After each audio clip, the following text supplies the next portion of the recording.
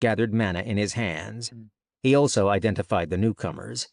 Razor Maw Rockshooter, level 151.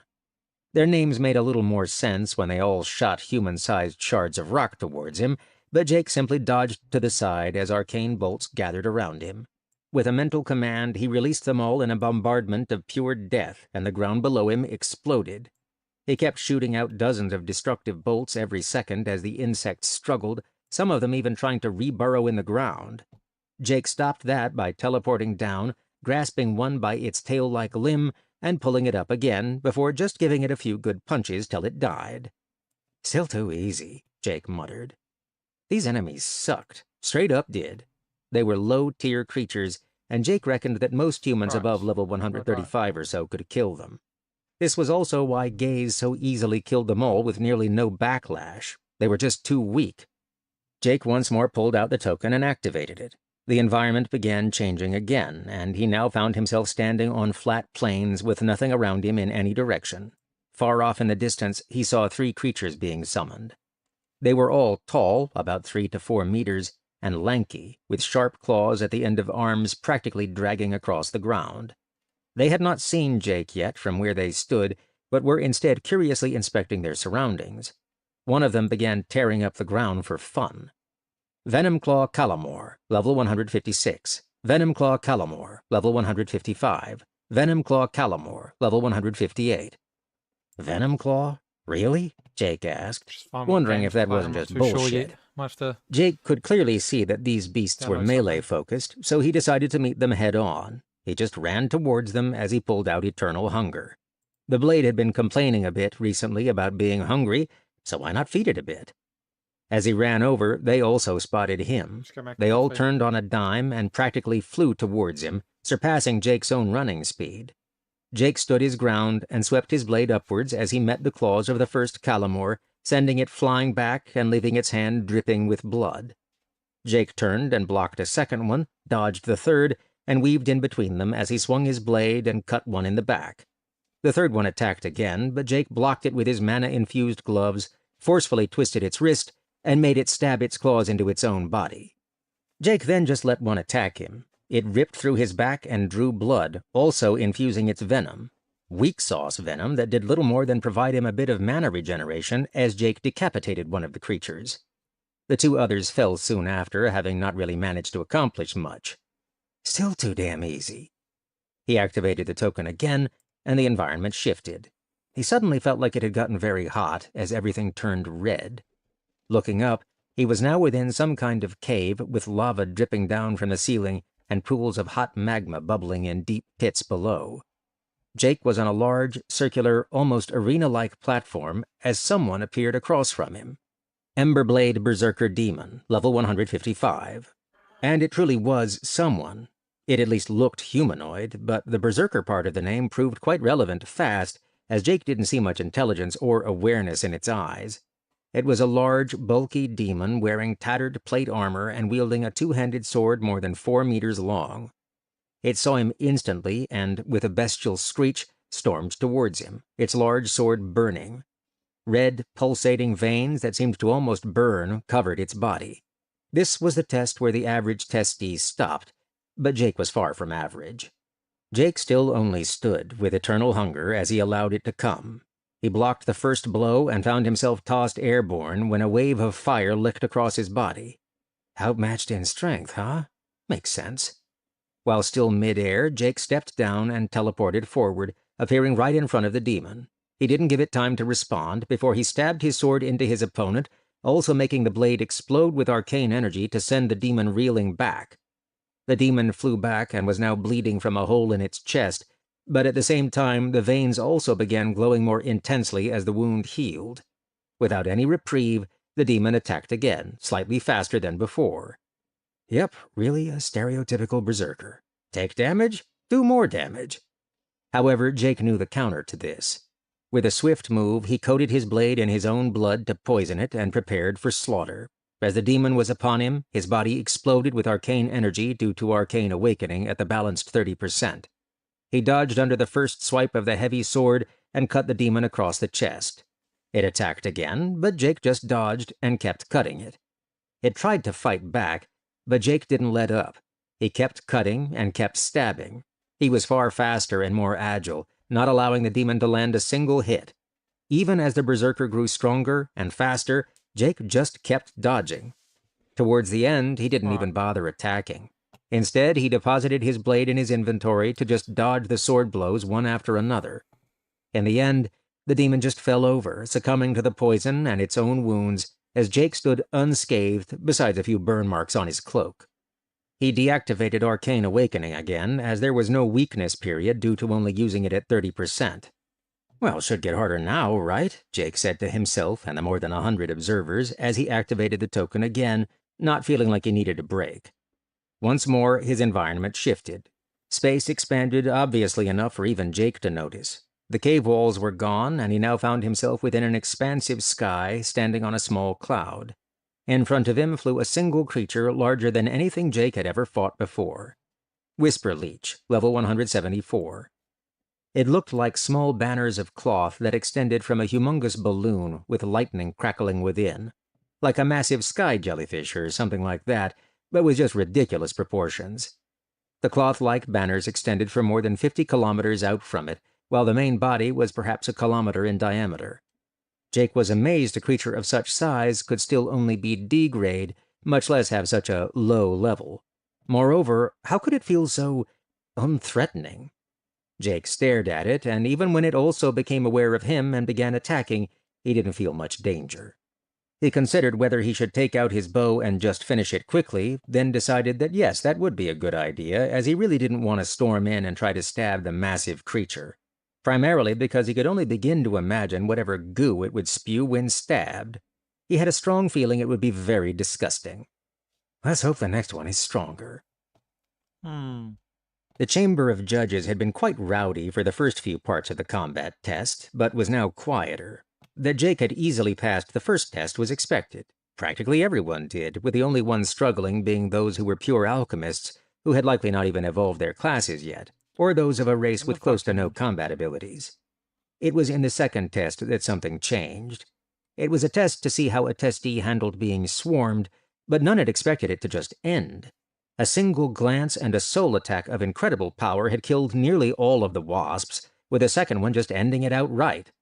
The third fight was a slaughter. The fourth was too. But one thing stood out. "What exactly is his class?" a projection asked after the fourth test. "Magic and melee so far. A form of spell sword or magic warrior," another one proposed. "That weapon, a legacy weapon of some sort. I feel incredible power from it," a third one said. "Definitely not something a D-grade will usually walk around with. That curse is no joke. Perhaps that is related to his class. The soul attack also makes this probable." The Scalekin projection did not chime in, sitting more confused than anything else. The testee fought with so many different tools and methods it made little sense, but it quickly became clear he only did so for, well, fun, it appeared. He even commented out loud on the lack of challenge. Looking over at the Beastkin, who was the most powerful among them, the Beastkin returned his gaze. "As I said before, he is a hunter. A hunt with unworthy prey is never interesting." "Thoughts on his fighting style?" the Scalekin asked. "So far, his high perception is clear from how he fights," the Beastkin explained, with everyone else quietly listening. "He predicts attacks and goes for weak points. The way he handled the demon was masterful as an evasive fighter. Overall, from what he has displayed, he would be a monstrous melee fighter or mage if he focused on that." "If he focused on it?" one of the projections discussed earlier asked. The Beastkin grinned, showing his teeth. "He's a hunter, is he not? A human hunter with a high perception. There is only one true weapon for such a man." "A bow?" the Scalekin asked, a bit perplexed. "He has not shown any signs he uses one so far." "Because nothing worthy has appeared yet. A dragon does not bother wasting its dragon breath on unworthy foes, but merely crushes it with all its other methods." Just as they spoke, the fifth combat test began. "A Whisper Leech, annoying creature to deal with as a melee fighter," a projection commented. The human in the test looked at it a bit and waved his hand, and a bow appeared. "I told you so," the Beastkin laughed. "We do not know if that is his most powerful method," a projection began. Right, now, wait. "It may merely be a more effective way to use his magic—" The human had drawn the string in the test, and energy instantly surged. He took aim, and a few seconds passed before he released the string. The cloud and sky were parted as several appendages of the Whisper Leech were torn apart by the arrow, which soon impacted the main body and resulted in a massive explosion of destructive energy. None commented as a second shot came a few seconds later, and without the Whisper Leech even being able to fight back, it was killed by only 4 arrows total.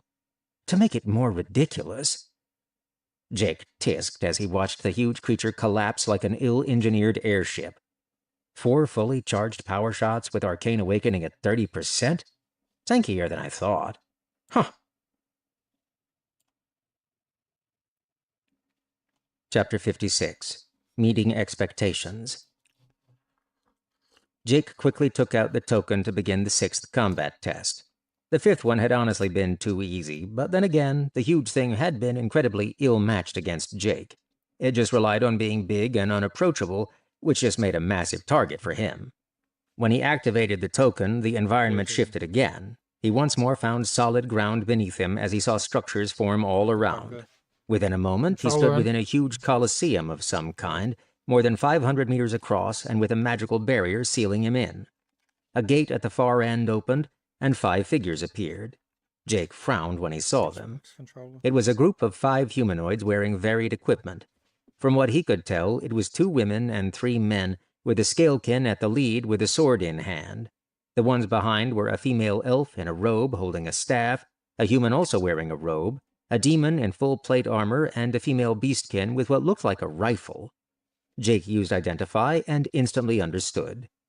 Human, level 156. Elf, level 160. Scalekin, level 162. Demon, level 159. Beastkin, level 160. It was a battle to pit the testee against a full party of fighters, a healer, a tank, and 3 damage dealers able to strike at both melee and range. As Jake looked at them, they didn't speak or emote at all, but their movements were clearly those of sapient people. The healer began casting some magic that coated them all in a green aura. Jake decided for once to not take this too casually. He had little to no experience fighting teams, despite being a mid-tier D grade, and this group was clearly one made to test his ability to handle such a group. Arcane Awakening activated at 30% as he took out his bow right off the bat and released a barrage of explosive arrows, jumping backward. Just as he did so, the demon warrior stepped in the front and took out a shield that summoned a barrier around its edges. The shield expanded and totally blocked the explosions in tandem with the healer's defenses. While jumping back, Jake began charging Arcane Power Shot as he took aim for the healer of the group. Always killing the healer first was tried and true logic that he would naturally follow. The enemy gunner also returned fire while the Scalekin raised his blade and exploded with some aura that left a faint sheen on the body of everyone present.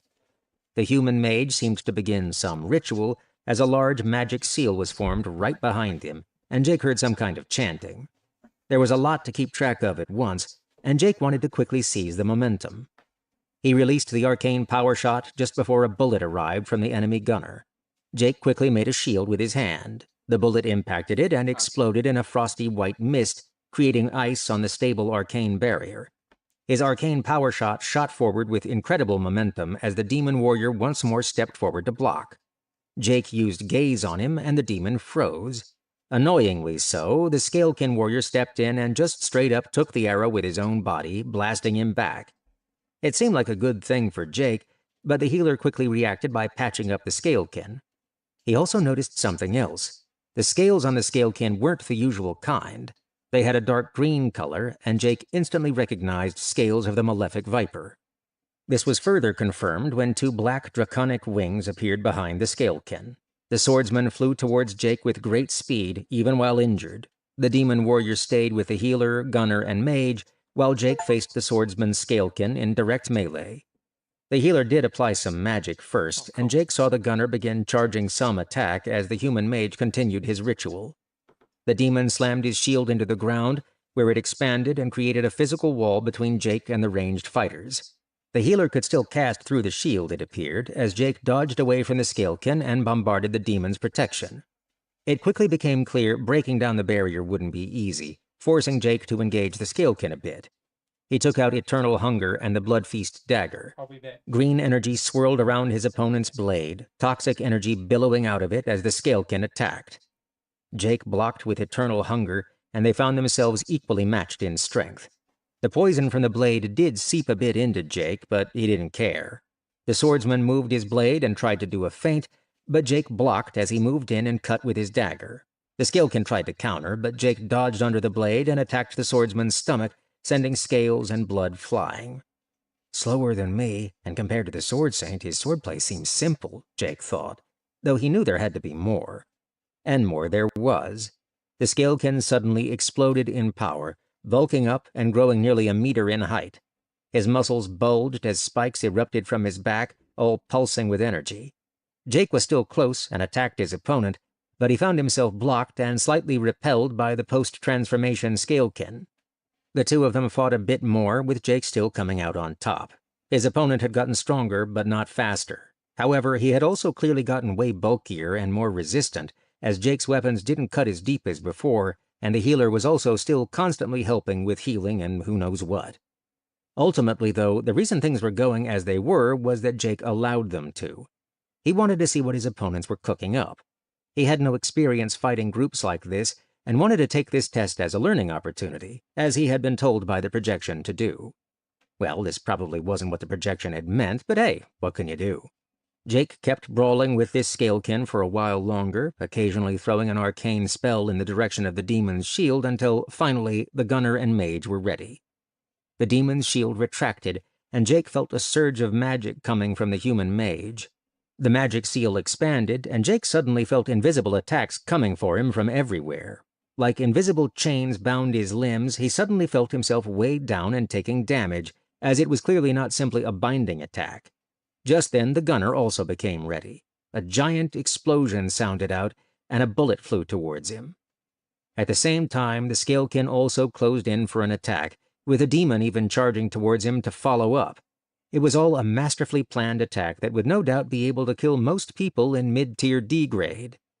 Most people. Jake opened his eyes wide as his body exploded with energy, activating Arcane Awakening fully. His stats climbed and flooded him with power.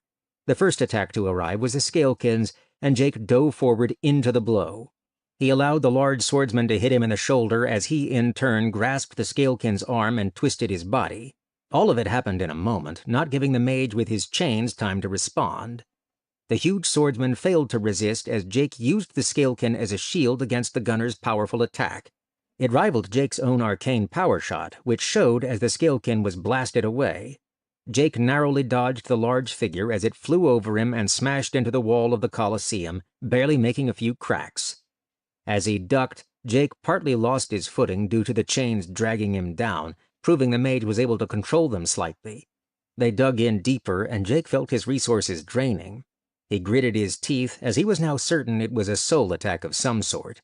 It was binding his soul, not his actual physical body. Powerful for sure, and it would make most of his level utterly unable to move. Jake, on the other hand, was a bad target. He flooded certain parts of his own soul shape with destructive arcane energy as he weakened the chains and finally activated scales, breaking several of the chains altogether. He then went on the offensive. Pride of the Malefic Viper billowed out as he used gaze on the group. The mental attack from Pride made them all falter slightly longer, giving Jake time to draw his bow and fire an arcane power shot towards the healer of the group. Jake followed up with a barrage of explosive bolts just to create chaos, while using one step mile forward. The healer was struck by the arcane power shot, but managed to protect herself with a barrier in the final moment as she was sent flying back. With 2 steps, Jake caught up. He had gotten an idea from seeing the Scalekin hit the Colosseum wall, and he would now put it into motion. His hand was glowing green as he summoned his wings and flew forward, catching the healer by her face after briefly breaking through her barrier with touch. He smashed her head into the wall with touch of the Malefic Viper and dragged her across the wall in a clockwise direction, grinding her skull up against the fortified rock. The mage tried to stop him with the remaining chains, but Jake threw him another glance with gaze as he kept flying. The other 3 tried to come and help too, but Jake was too fast. He made 4 full revolutions around the arena within a few seconds, leaving a red line of blood around the perimeter wall. Finally, he pushed hard enough to feel the head of the healer squash. First down, he thought as the notification came. Disappointingly, the notification didn't include class and profession, but what can you do? Jake turned his attention to the 4 others, who were all preparing to attack him again. Have you guys never played any MMOs? It's a wipe when the healer dies. The projections looked on as the slaughter of the 4 remaining members proceeded. It had been one-sided from the start, and they had actually been a bit surprised he appeared to struggle in the beginning until it became clear he was just testing them. They didn't even have time to deploy more than that one tactic, one of the projections commented. In the end, power always wins out, another echoed. How many legacy skills does he possess? A third one asked. Potentially all 9, a fourth one said. The Scalekin listened in as he observed. He didn't have many comments anymore. He didn't truly question if he could beat the 7th test either. No, his question was related to what came after. What are the chances he can do the elective level? He asked out loud. Glances landed on the Beastkin as he spoke up. I am voting for allowing it. I want to see him fight that monster. Jake sat in meditation after the fight was over, taking in whatever insights he had gained. Not that there were many. In his first real attack, he had killed the healer, so yeah, that was boring. Oh, and speaking of gains, he'd leveled up. Ding! Class Avaricious Arcane Hunter has reached level 153. Stat points allocated, plus 10 free points. Ding! Race Human D has reached level 151. Stat points allocated, plus 15 free points. He had not expected it, but it was nice. For now, he was just waiting out the brief period of weakness from using Arcane Awakening.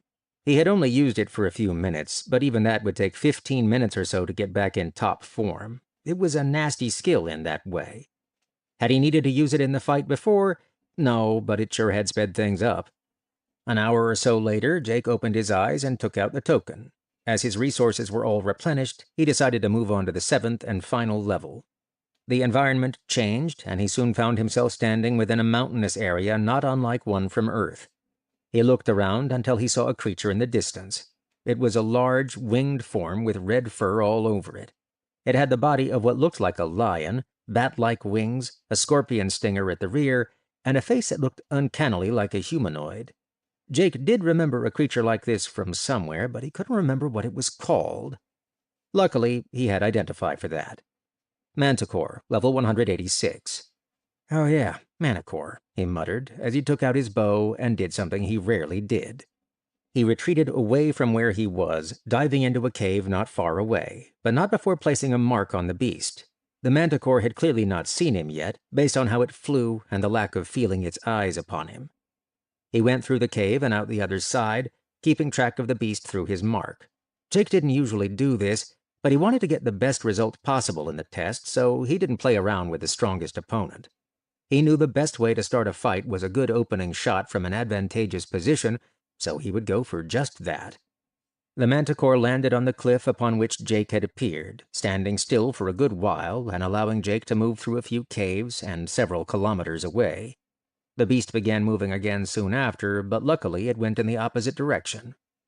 He stalked around as he kept track of his prey, his upgraded stealth fully active. The fact that the Manticore had not spotted him already meant that it had low perception, which was the only reason he was confident doing this. Soon enough, he was at a good spot, as he assumed the Manticore would return to where it had been. If not, he could perhaps bait it with a bit of magic or something to get its attention. He set up shop and prepared some arrows in his quiver. Arrow of the Ambitious Hunter was not a possibility, as this was his first time encountering a Manticore, but perhaps a mid-fight arrow could be deployed.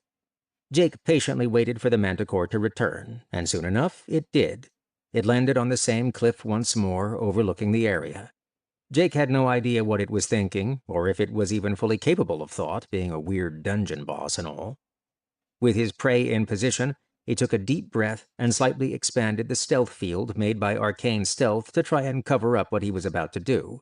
He knocked a poisoned arrow and began channeling Arcane Power Shot, also using Arcane Awakening with the destructive part embraced as his offensive stats were boosted by 50%.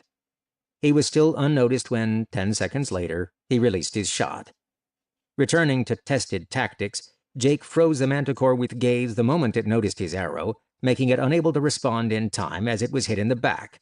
The truck-sized beast was sent flying back, spewing blood all over, but it soon began stabilizing itself. Just in time for another arcane power shot to hit it and blast it back again before it had time to fully get its bearings. Jake didn't hold anything back. Chapter 57. Extra Credits Hydra. Manticores sure were interesting creatures. Clearly pretty powerful for their levels based on how well the one Jake fought handled things. They even had mouth magic that impressed Jake, as they could both breathe fire and shoot a beam of pure energy. However, the most impressive was the stinger by far. Anything it hit was instantly petrified and turned to stone, and it could even shoot a weaker version of this effect out as bullets of petrifying poison. Physically, it was also monstrously strong, and even if it was a bit slow, it made up for it with its bulky build and ranged attacks. Overall, it was pretty strong. Jake at least looked back at the fight as a good time as he sat in meditation with the half-decayed corpse of the Manticore right behind him. It had taken him a while, but ultimately it hadn't even stood a chance. Jake had dominated from start to end, keeping a distance throughout as he slowly poisoned it to death, before finally finishing it off with an arrow of the ambitious hunter. While it had okay poison resistance, it only seemed to work against its own petrifying poison, so it wasn't really that great. Ultimately, Jake could have won even without poisons, even if poison did account for far more than half of his overall damage, only increasing as the fight wore on. As Jake sat there in meditation, the projection popped up in front of him. "Congratulations on passing the combat test with flying colors," the Scalekin said, with a genuine tone of respect. "I haven't seen such a dominant performance in a long time." "Does that mean I get a good grade?" Jake asked hopefully.